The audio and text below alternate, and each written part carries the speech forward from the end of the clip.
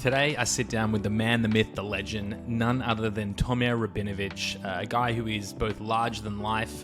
He's a big dude if you've ever met him, but also just an incredibly humble and accomplished entrepreneur who's built and supported a lot of the aggregators actually building out their brands. He's written an incredible book called Ride the Amazon Wave. Highly recommend if you're selling on Amazon and you're not just starting, but you're an advanced seller. Definitely a book to sink your teeth into. We talk about a lot of interesting aspects of Tomer's career and what he's working on and how he approaches things. And he's a guy that I really look up to and respect in terms of how he approaches every aspect. He's very systematic, methodical, and intentional. And, he talks about a little bit about what it is writing the book and the body of work that it took. So a really great episode if you are an Amazon seller, if you are working with or looking to get into communities in the space. He's a great starting point. So enjoy. Welcome to Successful Scales, the show where I talk to world-class professionals on what it takes to scale successful businesses. I dive deep asking questions to people who are running unicorn businesses, to raising funds, to buying businesses, mergers and acquisitions, IP and patent law, what is to manage performance management. I mean, the list goes on. The idea really is, how do I create knowledge and learning for you guys listening in? And of course, myself, getting the floor with people who I, in many cases, would never dream to share a room with. Before we jump into the episode, I've got to give a special thank you to our sponsors. Firstly, over at Global Wide Advisors, a leading digital consumer products investment bank focused on optimizing the sales process.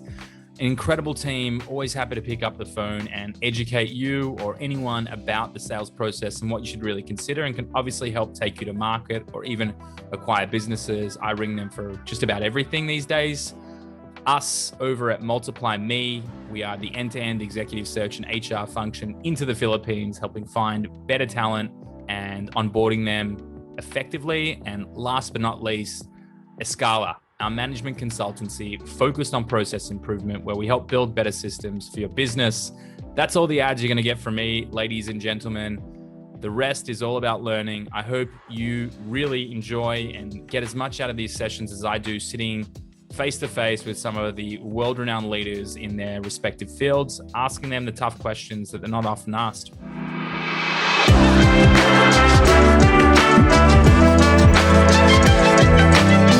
All right, today we have none other than the man, the myth, the legend, Tomer Rabinovich on an episode of Successful Scales. Mate, thanks for making the time.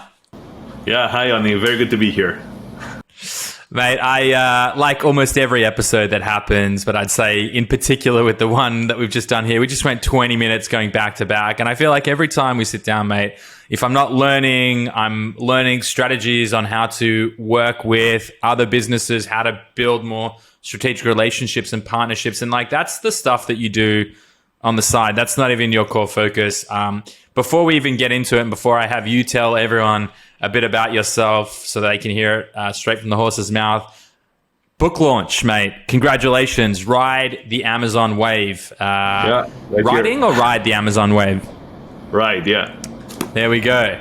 Ride the Amazon. I got it right the first time. I really should have backed myself in there. So worst case scenario here is that you've had Ride the Amazon Wave named 3 or 4 more times. So you guys are now familiar with it.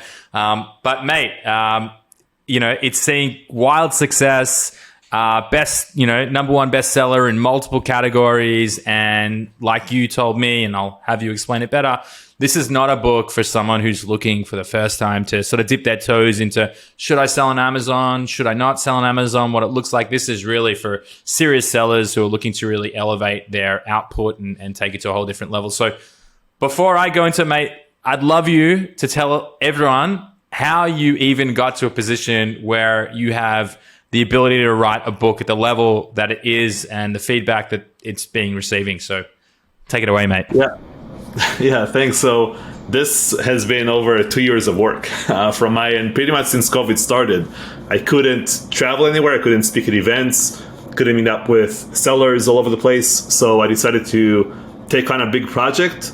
And I knew that if I'm going to do podcasting, for example, or blogging or YouTubing or other sort of channels of delivery, then it will be ongoing. So I think podcasting is probably the way I would choose to go if it wasn't the book. But the issue with podcasting is it never ends, right? Like you just have to keep going and doing it every single week. And with a book, it's like it's a massive project, but it starts, it ends, and you're done. So that's what I like. Most of my engagements with companies over the years, sellers, it's usually I'm a lot more into projects that have a beginning and an end, and I feel much more comfortable that way. Yeah, I'm in a position here, Tomer, where, like you said, I'm not a quitter. So this will be probably episode, 90, something like that, recorded 95. And, there is no end. Like, I will just continue to do this. Honestly, I learned so much and I enjoy it. But yeah, you'll probably be pointing your finger at me 10 years from now saying, look at you, you're still working on this podcast. But very, very good point. So, mate, Tomer, I'd love you to just share with the audience a little more. And again, I've been really privy to your genius, if you will, in sort of the community that you've built and your actual experience. Maybe take a few steps back and just share a little bit as to sort of your career and where you're at and what you're up to. And we can definitely dive in more to the book. And there's some particular chapters that caught my attention that I'd love to talk about, because I think for the audience, it's both specific enough to the e-commerce space, but general enough that it's going to add value to just about anyone who listens. Sure. So I've been selling on Amazon since 2015 myself. I run multiple brands of my own with a small team in the Philippines running most of it. In the past 4-5 years now, I've been consulting bigger sellers. That started by mistake, to be honest. What happened was sellers kept asking me, how should I start?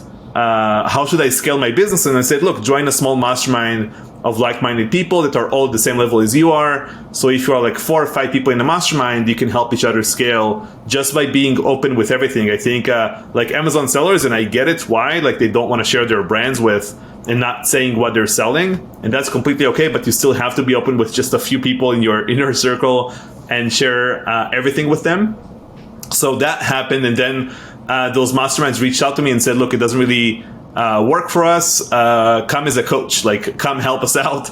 So I jumped on a call with them every 2 weeks and just helped them out. But then I started building content around it, started basically selling that as a service to different groups. And I also had my own event. So I created an event called Tog Dog Summit. The first one was in 2017. We did it 3 years in a row in Israel. This year we did one in Bulgaria. And I went to a lot of events before that. And the issue I had was that all of those events are basically upselling you all the time. I even paid like 12K, 15K on events, and I was being upsold at those events. So I'm like, okay, it never ends. And I really just liked being with the audience, with the sellers in the crowd. And then I realized I don't really want to listen to more service providers on the stage. I prefer listening to sellers and seeing how they do things. So that's what Tog Dog Summit is about. It's like sellers teaching other sellers their own strategies, and we don't allow anyone with a service to come.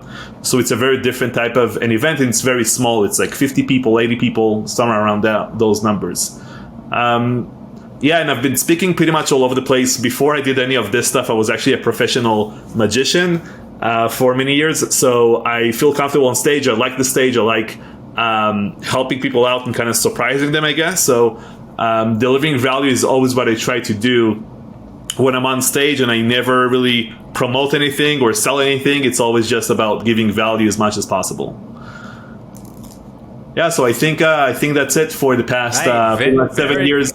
Yeah. That's quite the background, mate. And I like how you sort of called out that it happened by accident when you reference, starting to consult to bigger sellers, because I think a lot of the best things do happen by accident. And, you sort of found your way into, I think, everything that you do with, I guess, the sentiment that you finished off with, that it's all about value creation.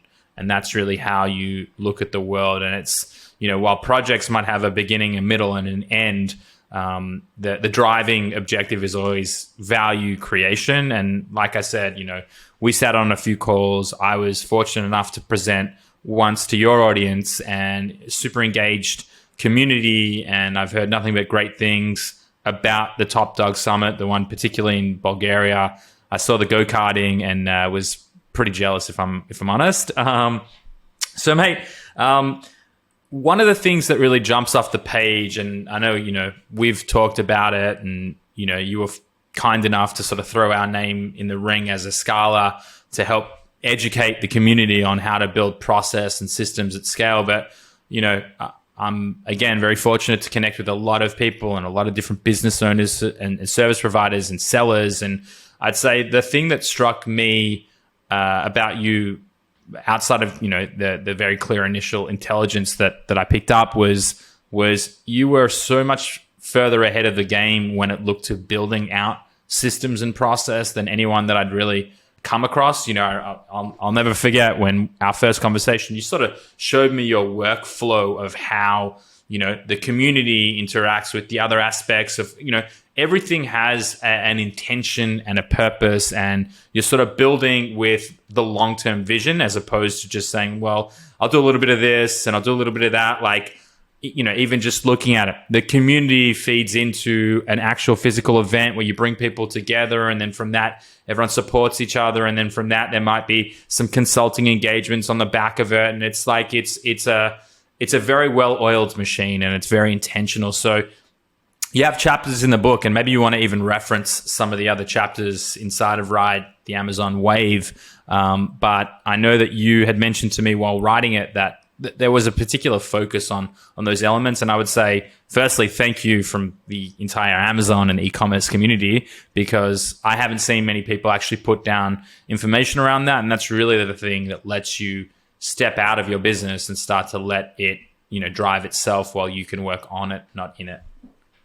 So over to you. So I think you and I can both agree to the fact that Amazon sellers are very good at product research, sourcing, supply chain, PPC. They know all of that stuff. They know how to launch new products. But usually that's pretty much all they know, because that's all they've been taught over the years with the courses, with the content, with the events they go to. And no one really talks about the two missing pieces, because if all you do is just launch new products, you're going to get burnt out eventually. It's not scalable, like if you're on your own, right? So then you maybe start to try and hire a few VAs, but you don't really see like the long-term thinking on building this into a proper business. So there's a chapter in the book called Balance the Scale. So it's basically balancing the growth of your business by bringing in two aspects to it, which is having a team in place and having the systems and processes in place to support that team. And what I can say is, like, a lot of businesses start with like one or two people running them. The two people is like usually this can be business partners, this can be like childhood friends, this can be people that worked in a previous company together opening a new company, this can be a husband and wife. But I see a lot of that in the Amazon space as well. But then you don't know what your first hire should be. And I try different things over the years. In the book, I talk about having a 12-people team, letting everyone go at some point. But what I can say is that core team that you have, like the first, second, third hire in your business, are critical to its success. And those people should probably be management material, because you want them to be able to grow to become managers, even if they start with like customer service and maybe product research and maybe like other small tasks in the business. They can definitely, you want people that can grow into a management role, and then they can also help train the new people coming in underneath them. And that's what that like main chapter is about. So yeah, I mean, I love it, and I sort of read into it a whole lot further. Again, I haven't read the book yet. I know my copy's on the way. I spoke to your team, so I'm excited to get stuck into that. But you mentioned, building the core team, making sure that they actually have, for lack of a better term, scalability in their skill sets and an ability to learn and evolve and grow. And I think it's really great advice, because couple things. One, if you can hire team members that can actually scale with your business, and I'll say churn is healthy in a company. You don't want to have 100% of the same people for 100% of the time of the business, because you want to bring in new ideas and, you want to reward good performers and find people that fit your core values and your culture. But, what you're talking about, Tomer, as I sort of interpret it, is an ability to pick people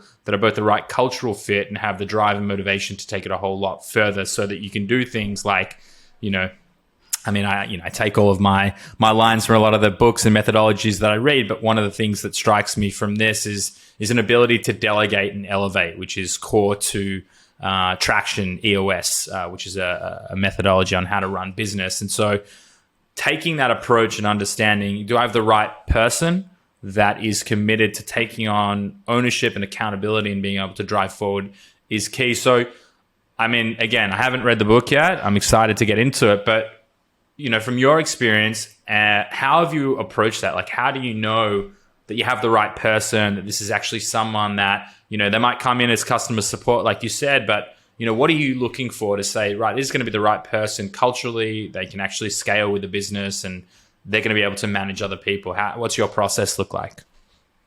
Yeah, so I know what you guys are doing is a lot more granular than the way I'm operating. I'm a lot more intuitive, I think, in how I hire people. But what I will say is I'm also looking for very intuitive people. I think in this Amazon game, we really need people that look at a product and say, oh, this will actually work. This is actually a good idea. People will like it, whatever. So you really want intuitive people on your team. And I personally hired like blank slate people. I hired people with no prior experience. And I think I'm very good at teaching and simplifying things for other people. So that's what I wanted. What I usually recommend sellers is whatever you are, right? Let's say I'm a much more analytic person. So my first hire should probably be someone who is very creative, like complementing my lack of skills. And I might not connect with that person very well on like an emotional level because they are very different than who I am.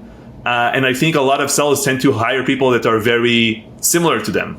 Like if you're analytic, you're going to hire a numbers guy as your first person on the team, but you really want someone who is much better designed than you and looking at things differently and actually talking to your team the right way, right? And what I noticed also is that management material, in order to have it right, I want people that have no ego. And that a lot of times means that they are very good at learning new things. And if they are good at learning, they're usually good at teaching as well. And that's really what I wanted, because on my team, I have only 2 managers responsible for 5 more people, and that's it. It's a team of 7.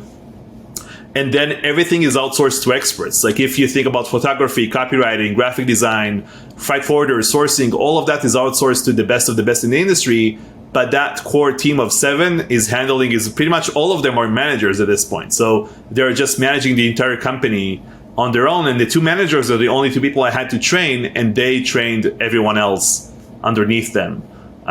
So it's kind of like, the way I thought about this is, if I had a restaurant, let's say, and I have a waitress in the restaurant, let's say I have multiple waiters in the restaurant, I can bring an outside manager to manage those waiters, but I should probably be promoting a waiter to become a manager because they know what waitressing in that restaurant actually means. So I decided to build the company from the ground up, if that makes sense, and just promoting people as we go.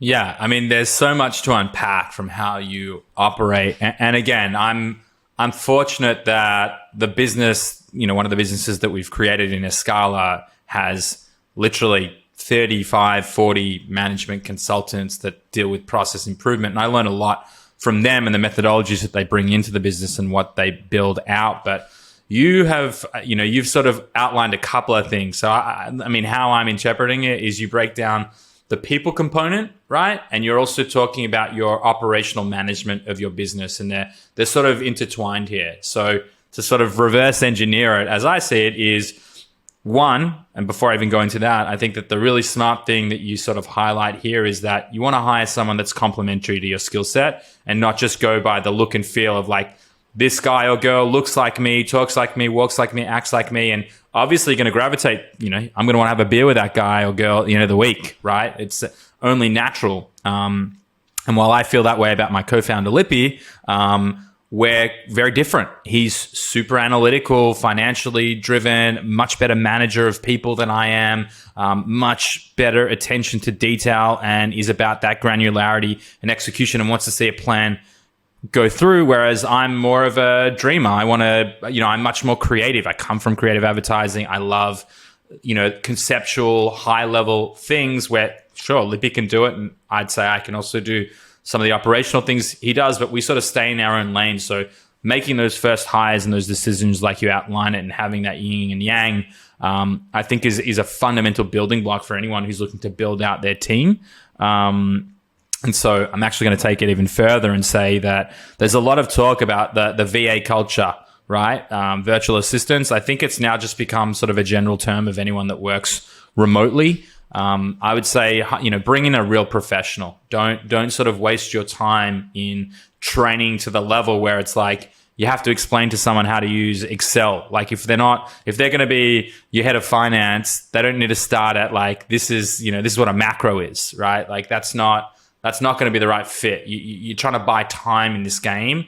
It's the most expensive thing that you can do. And so finding professionals is key. But I really like how you broke down, Tomer, or you sort of gave insight into how you run your operation. And I think it's really, really smart. A lot of people think that, and sometimes myself included, to be honest with you, you got to build it all in-house. You want to have all the resources in-house. I'd say we made that decision, or partially that decision, and we still use third-party providers and services because, we have a fully integrated CFO that's not our internal team, that's out of the US. We have a number of other solutions that we leverage, but you've sort of built like a team of really high level project managers who understand the strategy and vision and can execute. But then you go ahead and you actually leverage people who are absolute experts in each of their respective fields. So you're getting the best possible output. The business is being managed and they're becoming the best managers possible without trying to say like,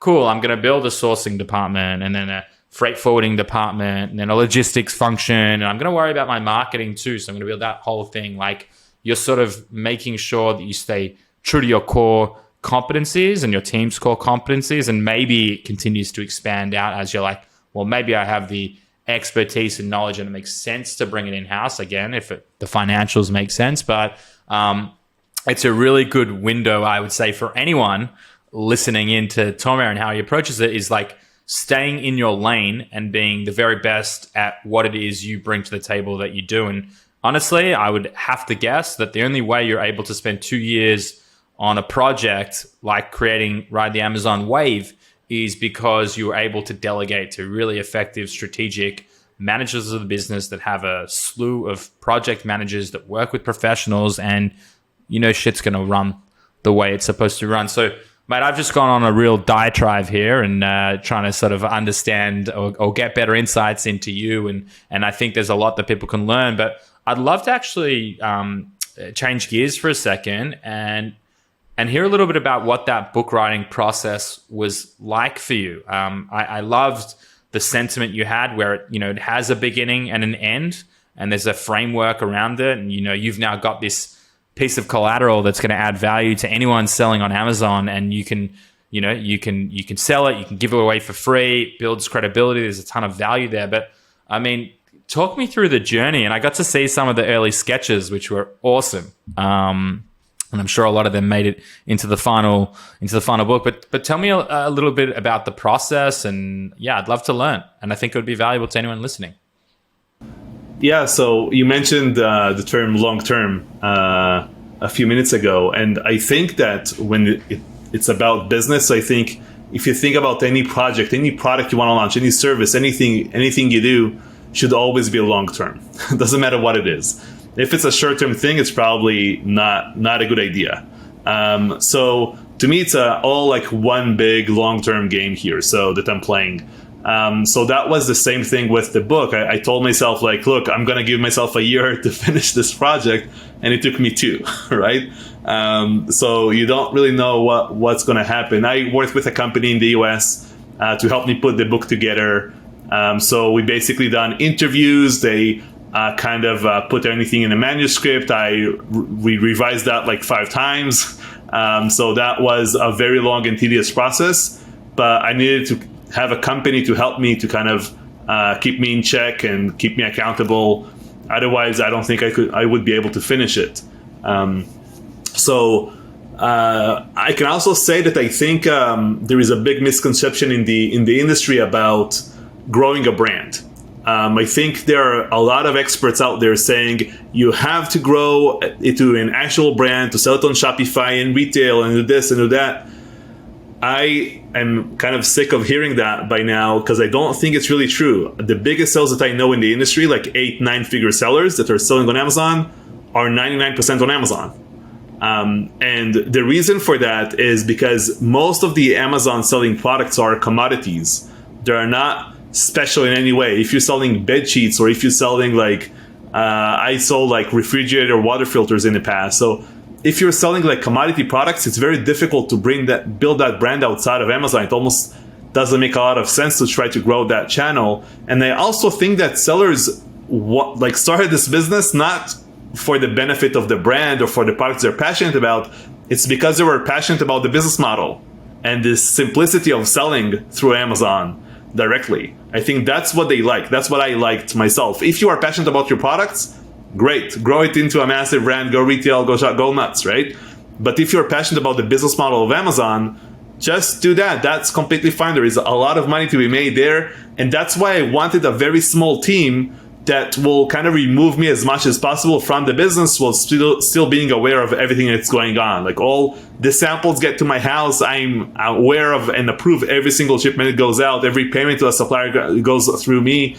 So that's what I wanted for myself. And I think most sellers don't want to build like a 50 employee business. A lot of sellers want to do it on their own because they don't want to manage people. A lot of sellers want to have like a small team so they could have a week or 2 weeks off every year.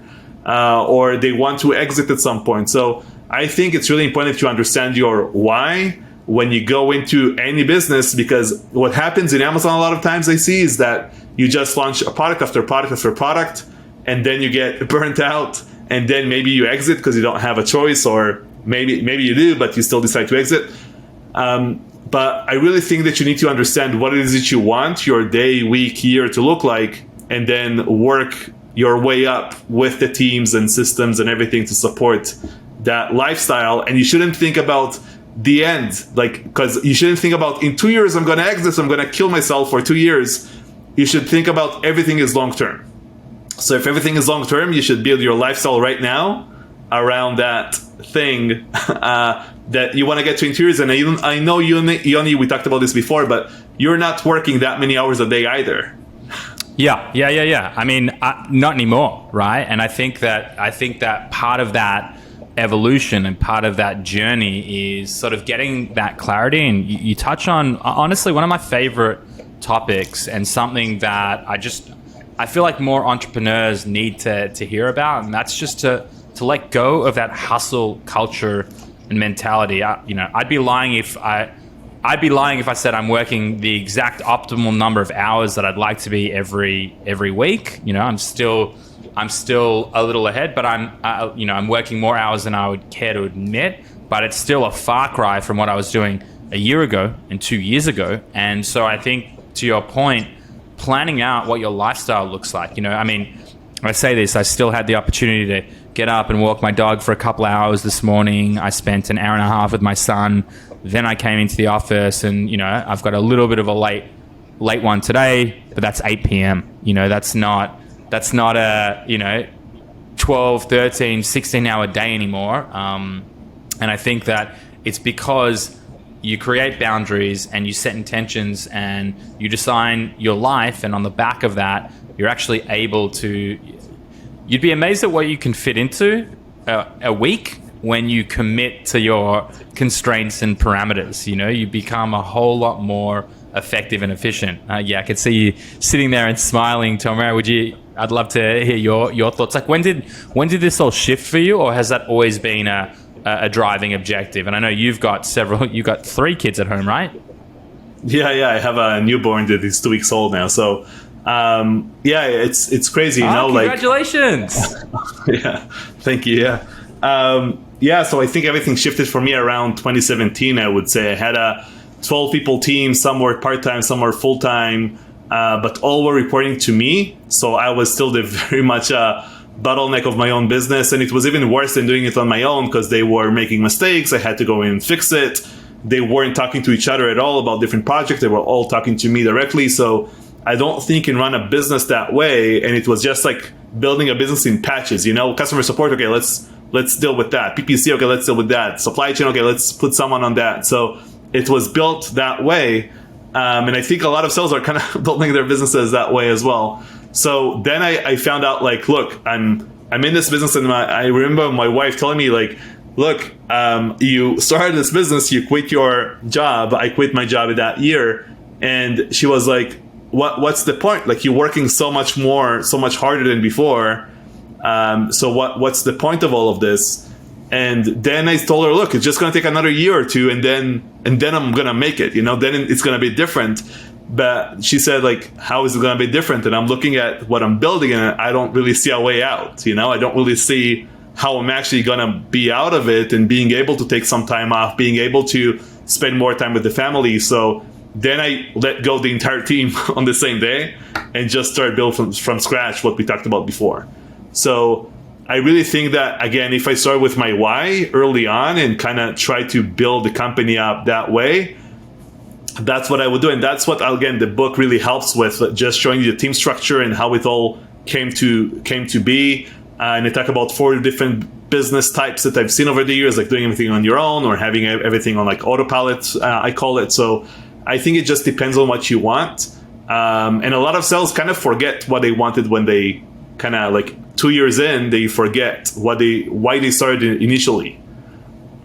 For sure. I mean, it's like as all these entrepreneurs starting their e-commerce businesses, they start out and they want more time, more freedom, and more money. And what they end up doing is finding themselves locked in this box where they're working more hours than they ever have in their life. They're putting every dollar back into that business, and they have less money. They're actually in a significant amount of crippling debt. And, they've literally lost everything that they were looking to build for. And again, I say this from someone not looking down on anyone who's in that position.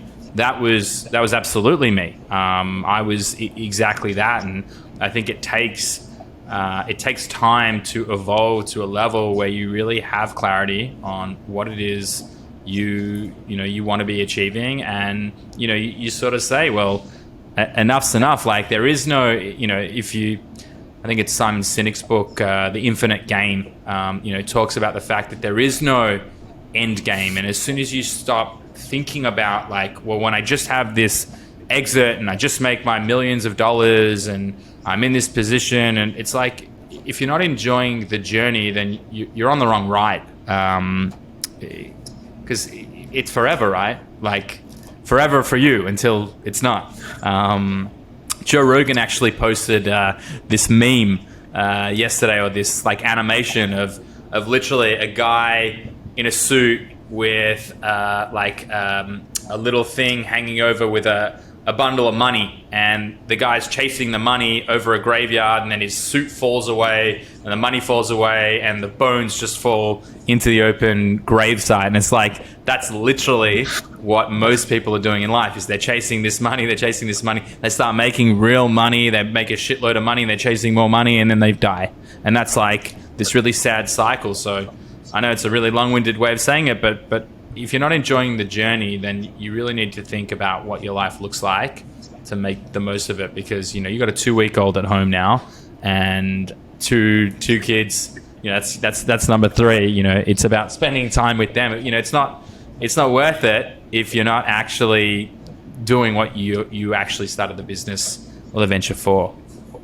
Yeah, definitely. And I can say that these days my calendar is blocked from like 3:30 p.m. until 9 p.m. And then like 2-3 times a week at 9 p.m. I have calls until 11 p.m. with like the US clients or podcasts or whatever. And then I'm done. So like, I just spend every afternoon that I can. My kids are still small. I have a 5-year-old, 3.5-year-old, and a 2-week-old. So they're still small. They still want to see me every day, right? They're not their friends, I guess. So this is the time to spend with them.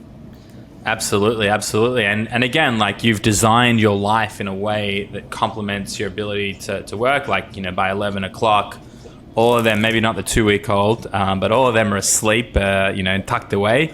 The 2-week-old's probably looking for a feed or making noise at that point. So hopefully you've got a nice soundproof home office. But I think, again, like, I've geared my mornings at the moment where I start my day at 10, and I get to spend time with Leo. I get to do the morning feed. I get to sit with him. Tully gets to sleep in this morning. She was asleep. I'm feeding Leo. I'm with the dog, and that's the meaningful things in life. And so, again, like, even listening to how you've designed your life, I think I need to get a little better as well with, like, how I block off certain times. Like, maybe I should be blocking off that 5 till 7 p.m. slot, right? Because the Philippines should hopefully be not working anymore, which is where most of my team is based out of. The US is just waking up, and so maybe that time's when I can do bath time with Leo and put him to bed and get back to it. I just realized I need a bigger apartment so I can get back to having a home office. but that's a whole nother situation. Mate Tomer, we're starting to get to the end of time here, and I just wanted to sort of give you the opportunity to spend maybe a few more minutes just explaining some of the key chapters, or for anyone who's listening in and trying to understand a little bit more about the book, like, what as a potential reader will be the outcome if you get through Ride the Amazon Wave? Yeah, so I think you'll understand what you need to do next. I think you'll understand how you want to build your business up to a point that you either sell it, or you sell and start over, or you just keep scaling the brand, or let it kind of run and scale slowly on its own by launching new products and introducing new products to the market every now and then. The way the book is structured is that the first chapter is about mindset and everything. I kind of touched on that today. The first half of the book is about foundation. So everything from research, sourcing, product development, launching the product, building the listing, all of that is like the first half. Third quarter of the book is about running the business. So PPC, supply chain, KPIs. KPIs is a big one. I think that's not being discussed a lot in the industry. And then the fourth and last quarter is about actually managing, operating the business, scaling the business up with a team and system in place. And then finally, I also touch on exits. And I give a few more points after the exit if that's what you want, because I've basically consulted a few sellers helping them to exit their business. And I've also seen dozens of others being sold to aggregators by consulting aggregators. So I've seen it from both sides of it. And I have a lot of knowledge to share there as well. So that's in the book. Yeah. Awesome. Well, Tomer, mate, thank you so much for taking the time and jumping on the show. It's seriously, it's a pleasure every time I get to sit down with you, and hopefully I'll make my way over to that event tomorrow night and see you there. But mate, thank you. Yeah, thanks a lot, Yoni.